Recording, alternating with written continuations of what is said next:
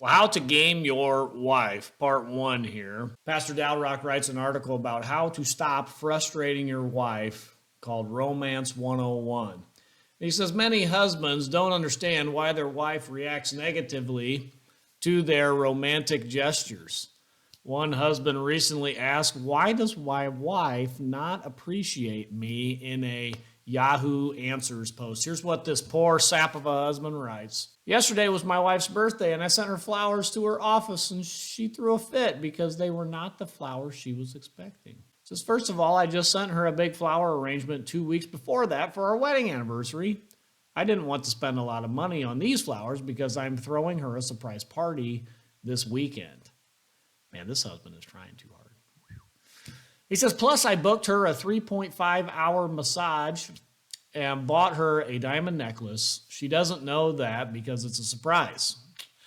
Yeah, I might just take those back to get a refund for that stuff. You know, it might be better off. This poor husband says, the point I'm trying to make is this. Isn't it the thought that counts? Just knowing I love her should be good enough, I think, but apparently it's not for my wife. I don't know if there's any of you Christian husbands out there that feel that way. I know there's probably a good number of you that do. So, Dalrock, he writes, the answer to his question comes from understanding what women want. What do women want? Man, what a $1 million question. Men are taught repeatedly that what women want are gestures of investment, commitment, and love. I think I just did a video on Jimmy Evans, who said the greatest need for women is to feel secure. Secure. That's the greatest need of women. Yeah, jury's still out on that. So you can give her flowers, buy her an expensive dinner, write her a love letter, all these kinds of things. And these are, in fact, the things that women want, but they don't want them from just any man. They want them from a man whom they are attracted to. Oh, there's the key. There is the key. Are you an attractive man? If so, then she will appreciate these gestures. If you think about women's fantasies as represented in romance novels, etc., you'll see that women don't fantasize about having a bevy of ordinary men falling all over themselves to give them thoughtful gifts. That's not what women fantasize about. Women fantasize about winning the heart of a dashing hero and ultimately having him acknowledge this with tokens of his investment, commitment, and love. These tokens give her comfort that she isn't hopelessly pursuing an unavailable man. She wants him to feel good, too good to be true, but she also wants some reassurance that she isn't just being conned. And this is, I don't know if he's going to get into this in this article here, but this is the 50 Shades of Grey type of story. Christian Grey, he's a billionaire. He's got six-pack abs. And the fantasy is he finds this young, attractive, nobody girl, and she is able to tame the man who cannot be mastered. Oh, what a fantasy. Dalrock says what men are being taught is to skip the hero part and go straight to the expressions of love. They are taught to offer comfort as a way to build attraction, instead of building attraction first and then offering comfort. It's no wonder that this not only doesn't work, but it often fails spectacularly. If you try offering comfort without first generating attraction with a woman you aren't already romantically involved with, the typical responses will be as follows.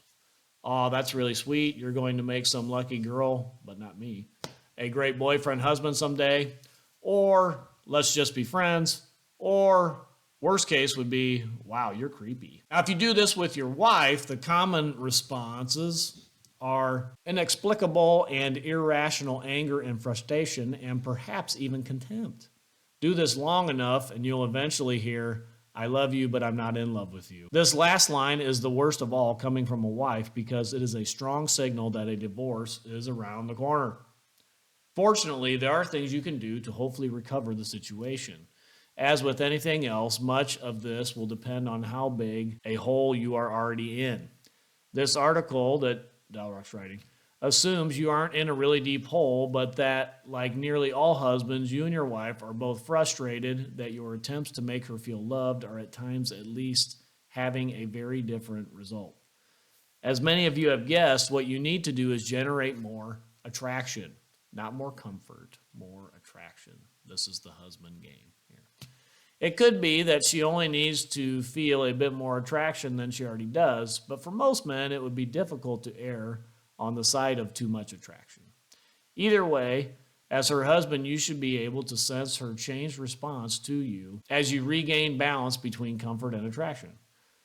While generating attraction is as much an art as it is a science, it isn't as difficult or mysterious as it probably seems right now. This article isn't intended to make you a black belt in seduction, but instead to explain the basic problem and get you started on the path to a much happier marriage. You don't have to become a romance novel hero, you just have to become her hero. This is very similar to wives becoming discouraged when noticing that their husbands are attracted to supermodels or Playboy playmates. A woman doesn't have to be perfect to arouse her husband. She just has to be his playmate. Is anybody teaching wives this? I wonder, man, maybe that would be great if somebody taught wives that. Somewhere, somehow, some way. If they would, that'd be pretty awesome. Hopefully you can look back on a time in your relationship with your wife when you could tell she was attracted to you. This might have been during your courtship, or perhaps more recently she was, who knows. During this time, a romantic gesture like flowers from you would have given her unmistakable gleam in her eye and sincere delight. You don't have to be flawless. You don't have to be a flawless hero of a romance novel. You just have to help her see you as her hero, as she did in the past. And I would also add to this, it's good if she sees you as the best she can do. Like if on a scale of 1 to 10, let's say she's average, she's a 5. It's great if she sees you as a 6, a 7, or an 8 on the scale. So she says, man, this guy, he's above me. He's the best I could ever do. There's no way I could do better than him. You're in a good spot, especially if her sister has a lousy husband that makes you look really good. Man, you're in a really, really good spot. If her sister has a husband that's just a real dodo bird, you're doing good. You better thank your lucky stars. Thank God for that. Anyway, Dalrock writes, change the dynamic of your relationship. Women are attracted to men who are leaders, especially men who are leading them. You probably know of cases which fit the cliche of wives falling in love with their bosses, and this is the mechanism which causes that pattern. You may or may not be a leader of men, but you absolutely need to become the leader of your household. This doesn't mean becoming domineering, but more of a captain and first officer model. I like that. Women wanting a man to lead them is counterintuitive given that we live in a fully feminist age. But there is a difference between what women say and think they want in a man and what their subconscious wants. Ignore the fundamentals of human psychology at your perils, meaning at the fundamental level, women want to be led by a man. They're going to fitness test that man over and over and over again as they try to rebel, but at the end of the day, they want that. This is the way God has ordered the universe. For your own comfort, while you learn more, and you probably will want to start off slow here, start making more decisions without seeking your wife's approval. Just say, listen, woman, I made the decision. This is it. Get out of here, right? Okay, don't say it like that. That probably went too far. But make a decision, and you don't have to explain everything about it. Learn not to be timid or afraid of her moods and reactions. Always remember that she wants you to be her rock. And you can't be her rock if you're matching the whims of her emotions. And that's tough. Sometimes, boy, that's tough. You got to do it. Be that rock that the waves of her emotions can crash on, and the tide goes out, and the tide comes in and crashes. Just be that rock.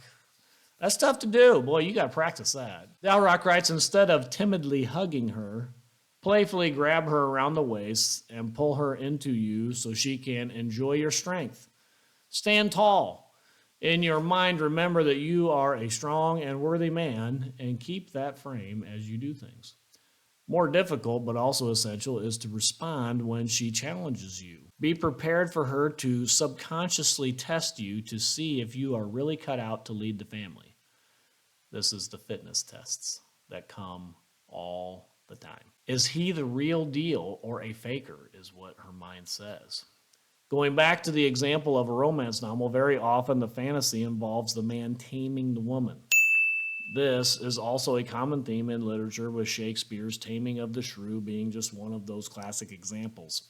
While the taming is often dramatic and overt in literature, what you will want to do is a much more subtle thing. You aren't looking to break her spirit, but to show your own strength of spirit and conviction, and in doing so, show her that you are the man she can depend on, the rock she wants to cling to, the rock she wants to crash against with the waves of her emotions constantly, day after day, month after month. You know the drill. You know, nobody knows it better than me. Nobody. Well, maybe I'm saying too much here. Anyway. Recall the reaction of the wife to her husband sending her flowers at work at the beginning of this article. Many of the answers on Yahoo pointed out that she was being a biatch. While I've explained the psychology behind her response, this is still the case. She responded like a spoiled child. Her husband needs to see this for what it is, a test of his will and leadership. This is a fitness test. Will he succumb to a childish rant and abandon principle out of fear of her emotions? He needs to see this as an opportunity to demonstrate that he really is her rock. He needs to calmly call her out on this, and by all means avoid the advice to apologize to her or follow up with even more gifts. When he does this, she very likely will throw an even bigger fit. But if he holds firm with the right frame, once she calms down, again, he's that rock that she can storm against. Once she calms down, she'll see him in a new light. He finally stood up to her. Now, Dalrock writes, this is going to take some time. I mean, this takes a lot of practice to do. It's challenging if you've lost attraction to gain attraction back from your wife, especially when everything that we've been taught in general isn't true. And everybody knows that's just how it is. Now, Dalrock writes, if you are a Christian, he suggests you start with the biblical framing of marriage. While it's nearly universally ignored or feebly explained away by almost all evangelical churches, the Bible makes it clear that the husband is to be the head of the household and the wife is to submit to him in all things. If you and your wife are faithful enough to follow it, you won't need any further instruction than the Bible. However, if you want some more detail as to how you might apply this, he's written a separate primer on this. I might have to go through this primer. He says, for those who aren't Christians, who don't believe in what the Holy Scripture says, get with it and believe it. Anyway, he suggests reading Athol Kay's book, The Married Man's Sex Life, talking about alpha and beta male traits and the MAP, the Male Action Plan. I've actually read that book. That's a really good book. I would start there. Be a little careful with it, especially if you're trying to be faithful to Scripture. But overall, it's a really good book. Boy, this is good stuff. Well, I think next time we'll go into his primer for framing biblical marriage and what that means. And the primer is actually called Headship Game. So we'll go into that next time. And we're going to get this turned around. If you're like that guy who wrote into Yahoo Answers and says, I just can't figure it out. I'm trying to do everything I'm supposed to do, sending flowers, planning birthday parties, buying the jewelry, and my wife is just not happy. You got to learn the husband game, and we'll get it turned around. And also, Christ is winning. He is building his church, and he promised the gates of hell will not prevail against it. Until next time, this is the Postmillennial Man.